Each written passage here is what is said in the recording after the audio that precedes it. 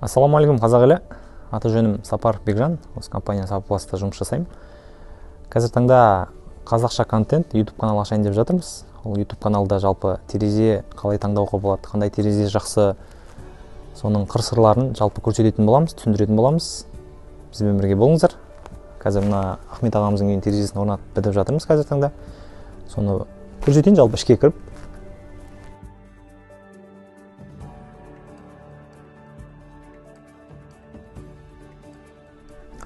Достар, компания Сапапласт пластик окна жасамайды, металлопластик окна жасайды. Оның айырмашылығы неде? Мысалы, пластик окна мен металлопластик. Пластик окна ол пластикке пайкли салады, оның ішіне металл болмайды деген сияқты. А біз ішіне армировкасын обязательно саламыз. Кем дегенде 1/2, 1/5 деген сияқты. Жалпы бүгін контент примерно терезеге қандай металл салған дұрыс, монтаж кезінде нелерге көңіл бөлу керек и монтаж біткеннен кейін қалай терезені тексеріп қабылдап аламыз деген сияқты сұрақтарға жауап бере кетемін. Жалпы көріп тұрған терезелеріңіз смарт профилі 4 камерадан тұрады. Ішінде 1/5 металл салдық. Не себепті? Бұл цветной профиль. Герметичный болады пластик по-любому. Негізі күннің қатты ыстығында, күннің суығында балқиды профиль. Балқидта өзі деформация береді мысалы. Сол себепті максимально біз ширина створка біз 60 предлагать етеміз, уже 70-80 дегендер олар чересчур үлкен болып кетеді. Ондай болса біз простой открывание алмаймыз қазір таңда заказ. Сложный болса удлинитель деген нәрсе болады. Дополнительно астына прижим қосуға болады. Сложный замокта тек қана. Простой замокта ондай 70-80 деген открывание қазір таңда жасап жатқан жоқпыз. Жасасақ та клиент солай жасап бер десе де гарантия бермейміз оған. Мысалы, астына жел гуілдеп отырады мысалы, прижим болмағаннан кейін. Профильға келейік. Профильдің ішінде 1/5 металл бар. Цветнойға негізі желательно 1/5-тен жоғары металл салған дұрыс. Белыйға 1/2, 1/5 жарайды негізі ақ профильдарға. Чем ақ профиль қарағанда цветной қатты балқиды негізі. Одан кейін металлына көңіл бөлеміз. Мысалы, металл көңіл бөлгеннен кейін жалпы сборкаға да мән беру керек. Мысалы, терезенің сапалы шығуы негізі сборка мен монтажға тікелей қатысы бар. Егер дұрыс сборка жасалмаса, терезеңіз некачественный болады. Мысалы, жапсаң ашылмайды, ашылсаң жабылмайды деген сияқты. И бағаға да мән беру керек, но сапаға да көңіл бөлу керек. Мысалы, бір случай болды, өзімнің туысқан ағам үйіне терезе қондырды жалпы. Өзінің ақ терезесі болған, жақсы ашылып жабылатын простой открывание. Қазір таңда цветной профиль қойдырды. Өткенде барып тексерген болатын, ішінде металл жоқ дұрыс. Сборкасы дұрыс жасалмаған. Мысалы, терезелерді ашсаң жабылмайды, жапсаң ашылмайды. Негізі терезенің міндеті, мысалы, терезе ашылып дұрыс жабылу керек та. Мысалы, сол кезде терезе деп атай аласың да, оны дұрыс ашылмай, жабылмай тек қана бүйтіп қыстың күні жел өтіп жатса, ол терезеге санатына жатпайды. Мысалы, мына терезелерде қазір прижим өте мықты қазір, прям өзіне прижимать етіп тұр. Ол не себепті? Бұл жерге жақсы качественный сложный замок қойдық, немецкий сложный замок. Жаңағы металлды салғаннан кейін шурупты кем дегенде 15-20 аралықтар солай тастап шуруп ұру керек, айналдыра полностью. Мысалы, створкаға дәл солай айналдыра шуруп ұрамыз. Егер шуруптан экономить ететін болсаңыз, басынан біреу, соңынан біреу болатын болсаңыз, ол дұрыс створкаға жатпайды. Уақыт өте келе ол шуруп жоқ, просто металл тұрды, басы мен үстінде ғана шуруп бар. Ол алдағы уақытта, мысалы, герметичный балқыған кезде ол металл ішіндегі ол ұстап тұрмайды. Шурупқа қатырып тұрған жоқ қой, просто асты мен үсті деген сияқты. Сол себепті шурупты да аямау керек. Шуруп та бір қатты қымбат емес қой. Жақсылап шурубын аямай жақсылап жасау керек, жасағанда да. И одан кейін уже стеклопакетіміз, стеклопакетін жақсын қойуға тырысайық. Мына жерде стеклопакетіміз 32 мм размері, қалыңдығы 32 да, получается 24 спейсерге жиналған. 24 мм спейсер, 4 стекло, соның қосындысы 32. Бұл жерде вакуум көп болады, стекло бір-бірінен алшақ тұр, содан кейін шумизоляцияда, теплоизоляцияда мықты болады осы терезеде. Жалпы сол достар, терезе заказ берген кезде сол моменттерге қатты көңіл бересіздер ғой. Ішіндегі металл дұрыс болу керек, стеклопакеттің ішіне силика гелі дұрыс жағылу керек, а то стеклопакеттің іші патет етеді мысалы. И фурнитураны жақсысын алуға тырысыңыздар барынша, немецкий деген сияқты.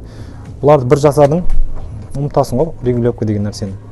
Қазір көріп тұрсың, ашылып жабылу өте керемет. Жеңіл ашылып жабылады. Сложный замокты да ашайын. Дегеннің ұнайтыны маған прижимді өте қатты ұстайды өзіне, қатты. Мен осы қыста негізі ремонтпен айналыстым. Осы саланы білейін, мысалы қыр-сырын білейін терезенің деген сияқты. Ремонтпен айналыстым, талай терезе көрдім. Қыстың күні барасың, қолыңды ұстақпасаң бітті, уже жел деген гуілдеп тұрады. Ол кезде, конечно, үйдегі жағып атқан жылуыңыз көмектеспейді, үйді жылытпайды. Одан кейін пешті жақсылап қаттырақ қоясыздар, ол кезде уже экономия кетті, уже шығын көбейіп кетеді. Сол себепті терезені аямау керек, жақсылап жасап деген сияқты. Мына жерде тереземізді қойып біттік. Бұл жерде пенасына да көңіл бөлу керек, пенаны жақсылап құйылу керек. Подоконниктің асты жаңа поставочный профиль қойдық қой біз. Негізі қазір таңда осындай поставочный профильдер бар. Ол негізі дұрыс, керемет. Мысалы, мына подоконникті егер цветін ауыстыру керек болатын болса, ол кезде мен терезені шешіп, стекловать шешіп жүрмеймін. Просто көтереміз да тартып ала саламыз. Поставочный профиль ғой, қалаған кезінде қалаған түске ауыстыра бересің. Бір зақым болатса, оны демонтажды шақырып, оны ауыстырудың қажеті жоқ. Просто өзіңіз көтеріп, алып орнына қайтадан қойсаңыз болады, мысалы, дәл осындай қырқып деген сияқты. Сол себепті поставочный плюстері көп, поставочный профильдің. Поставочный профиль қойғаннан кейін астына жақсылап пенаны шашу керек, мысалы. Астың жақтарына, мысалы, мына артқы жақтарға пенаны аямау керек. Егер пенаны дұрыс шашпасаңыз, ол қыстың күні прям терезенің астына қолыңыз қойсаңыз, суық жел өтіп тұрады. Ол деген сөз уже үйде жылу болмайды деген сөз. Соған мән бересіздер, достар, жалпы.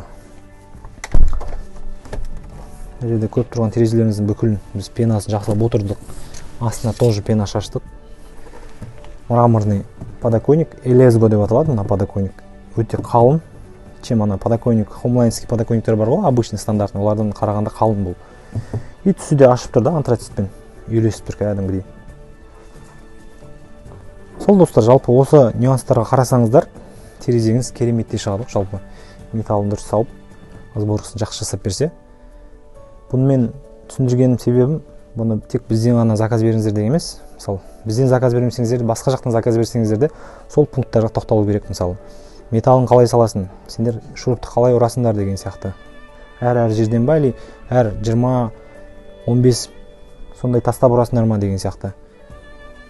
И жаңағы силикагель дұрыстап саласыңдар ма, клей қалай клей қолданасыңдар деген сияқты. Тякуль деп аталады, мысалы.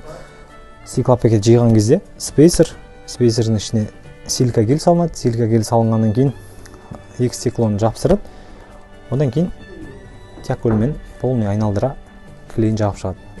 Ол кем дегенде бір күн тұру керек, қату керек. Содан кейін барып орната бересіздер осылай. Монтажға да, мысалы, монтажниктерді қалай тексеруге болады, мысалы, дұрыс монтаж жасады ма? Ол жерде бірінші очередте уровеньмен, мысалы, біз негізі бүкіл заказ тапсыратын кезде клиентті шақырамыз, аға мені көріп алыңыз, тексеріп алыңыз деген сияқты. Бүкіл 10 терезе болса, 10 терезенің бәрімен жүріп шығамыз. Уровеньін көрсетеміз. Главное, открыванияны тексертеміз. Мысалы, открыванияны қалай тексереміз? Ол еш қиыншылығы жоқ. Главное, терезе оңай ашылып, жабылып тұрса болды, ол жақсы деген сөз. Мысалы, еш жерге тимей, мысалы, асты, үсті, мысалы, бір сложный замоктар болады, үсті тиіп, мысалы, қажап атады. Ол кезде уже сборка дұрыс жасалмады деген сөз ғой. Чем просто мынаның размерін үлкен алып қойған, содан кейін үсті тиіп атады. Мына жерде қазір өзіне кәдімгідей прижимать етіп тұр. И сложный замок тексересіздер. Сложный замок механизм бар болатын болса, обязательно сложный замок ашып, осылай сілкіп тексеріп көресіздер. Бір сложный замоктарда осылай ашасың, и асты қосылып ашылып кетеді. Ол кезде уже регулировка дұрыс емес та. Оны шамалы, мысалы, мына бұрышын шамалы былай қарай жылжытып, шамалы жоғары көтеріледі сол кезде. И ана бұрыш ашылып кетуі мүмкін, мысалы. Сол себепті сондай нюанстардың бәрін тексеріп аласыздар. Терезеңіз дұрыс ашылып жабылып тұр ма? Монтажниктер бар кезде. И одан кейін барып расчет жасайсыз ғой, мысалы. Терезеңіз қабылдадыңыз, көңіліңізден шықты, ешқандай косяк жоқ. Бүкіл детальдарды тексеріп аласыз. И бітті, ары қарай ақшасын беріп, қалақысын беріп, жүктерді шарп саласыздар, болды. Сосын мына жерде ручка айта кетейінші. Мына жерде противозломный ручка, Сикустик деп аталады, мысалы. Өзінің сапалы ручкалардың бірі ғой негізі. Противозломный ручкалары, мыналар Хофен компаниясының. Жалпы сол достар. Егер сұрақтар болатса, алдағы уақытта комментарийға жазсаңыздар болады. Сол комментарияны оқып, сол сұрақтарыңызға жауап беруге тырысамыз. Видео түрінде алдағы уақытта негізі жақсы контенттер болады, жалпы. терезе қалай жиналатынын жалпы көрсететін боламыз. Біз жалпы қалай сборка жасаймыз. Егер пластикпен айналып жүрген бауырларымыз болатын болса, бізге үйрететіндер болса, бізге үйретсін. Мысалы, бізден үйренетін нәрселер болса, бізден үйренсін деген сияқты ғой. Бұл жерде біз қатты білгендіктен түсіндіріп, мысалы, мынаның бәрін түсіріп жатқан жайым жоқ. Просто ютубтан іздейтін болсаң, қазақша контент жоқ. Бүкіл орыстар, мысалы, Россияның адамдары осындай түсіндіреді. Негізі қазір таңда көп клиенттер қандай терезе заказ берем деп ойланады. Мысалы, қаншама объектіге барып жүрмін, ағалармен, мысалы, қандай терезе керек десем, Бекжан терезенің қайсысы жақсы деген сияқты информация жоқ та өздерінде. Қандай терезе жақсы екенін білмейді, мысалы. Одан кейін мен бар білгенімді айтып, түсіндіріп, предлагать етіп, дұрыс жағынан осылай терезелеріңізді аман-есен сындырмай дұрыс жағынан қойып беріп кетеміз жалпы. Бізге негізі ең маңызды клиентіміздің разылығы. Клиентіміз разы болатын болса, біз қуанамыз да оған, шыны керек. Терезе қойып кеттің, клиенттің недовольны, там разылығын бермей тұрса, ол да қиын да. Терезең ашылып, жабылып, четко әдем құрастырылған, монтаж жақсы болса, клиентте ешқашанда претензия болмайды. Клиент әрқашан довольны болады. Назарларыңызға рахмет, достар.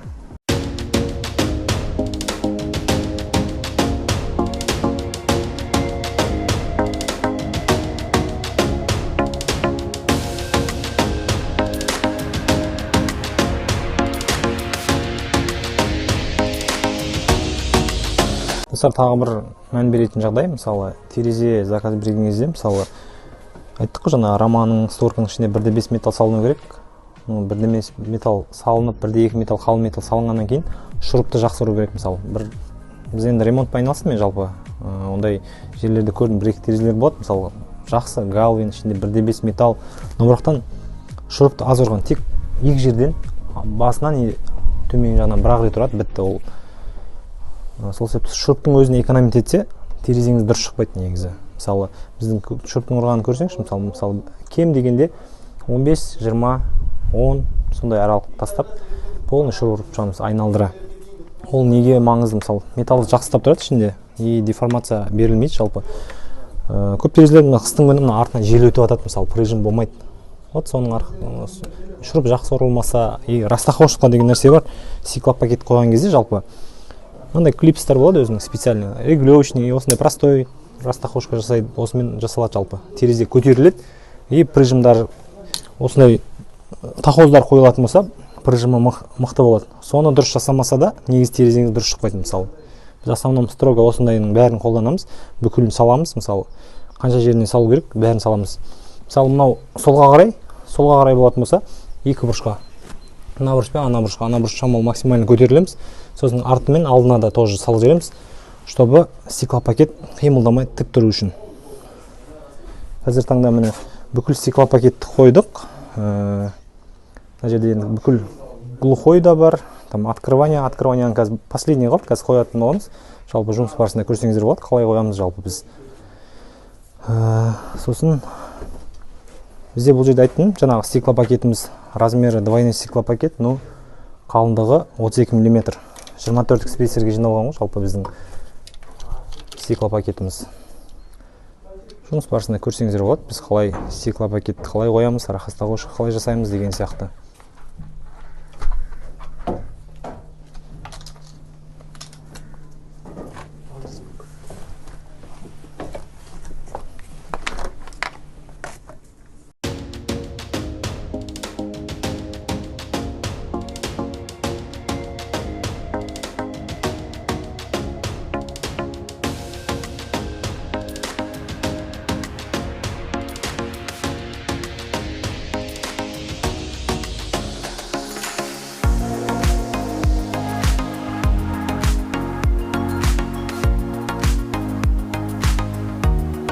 Көріп тұрғандайыңыздар, мына тереземіздің бәрін орнатып біттік. Бұл жерде ширинасы 4 метр, высотасы 1/5 деген балконға арналған терезе. Жалпы целиком жасадық. Бірінші этаждан жоғарғы арқамен көтеріп алдық. Жалпы мына стеклопакет қағылғаннан кейін қалай тексеруге болады? Мысалы, бұл сапалы растахошка жасады ма, терезе открываниясы, закрываниясы бәрі жақсы тұр ма деген сияқты, прижим бар ма деген сияқты. Оны тексерудің оңай жолы бар. Просто так қолыңызды жүргізіп жазып, бүкіл жерге прижим тексеріп көресіз. мысалы астынан ұстап көресіз, прижимать етіп тұр ма, өзіне қатты, болды, нормально деген сөз. Алдың жағы ол прижимать етеді по-любому. Егер прижим жоқ болмаса, прям қолыңыз кіріп кетеді ішіне. Прям сезесіз оны. Мысалы өзіңіздің үйіңіздегі терезеңізді қолданып көрсеңіз болады, мысалы тексеріп алды артын. Жаңағы растахошка мына артына тахоз дұрыс салмасаң, арт жағы көп жағдайда негізі артқы зацеп ілінбей қалады. Көп терезелерде, мысалы бізде бастапқыда сондай қателіктер көп болды. Қателікпен жұмыс жасап, қазіргі таңда растахошканы профессионалдық түрде жасаймыз. Бүкіл тереземіздің артының бәрі мощный қысып тұрады. Даже қолың кірмейді ана жерге. Прям прижимдары мощный. Открывайся, тексерейік, міне. Ашып көресіздер. Еш жер тиіп тұрған жоқ. Оңай ашылып жауып тұр жалпы. И сложный тексереміз. Сложный тоже. Ашқан кезде мына асты ашылып кетеді бір кезде, ол регулировка дұрыс емес деген сөз ғой. Мысалы асты ашылып кетіп жатса қосылып. Мына жерде тереземіздің регулировкасы керемет регулировка жасалды қазір таңда. Оңай ашылып, оңай жауып тұр. И прижим өте мықты, мысалы. Өзіне қатты прижимать етеді. Жаңағы немецкий сложный замогымыз ғой, осы Ziegen деген. Жалпы достар, осылай тексересіздер. Алдағы уақытта терезе заказ беріп жатсаңыздар.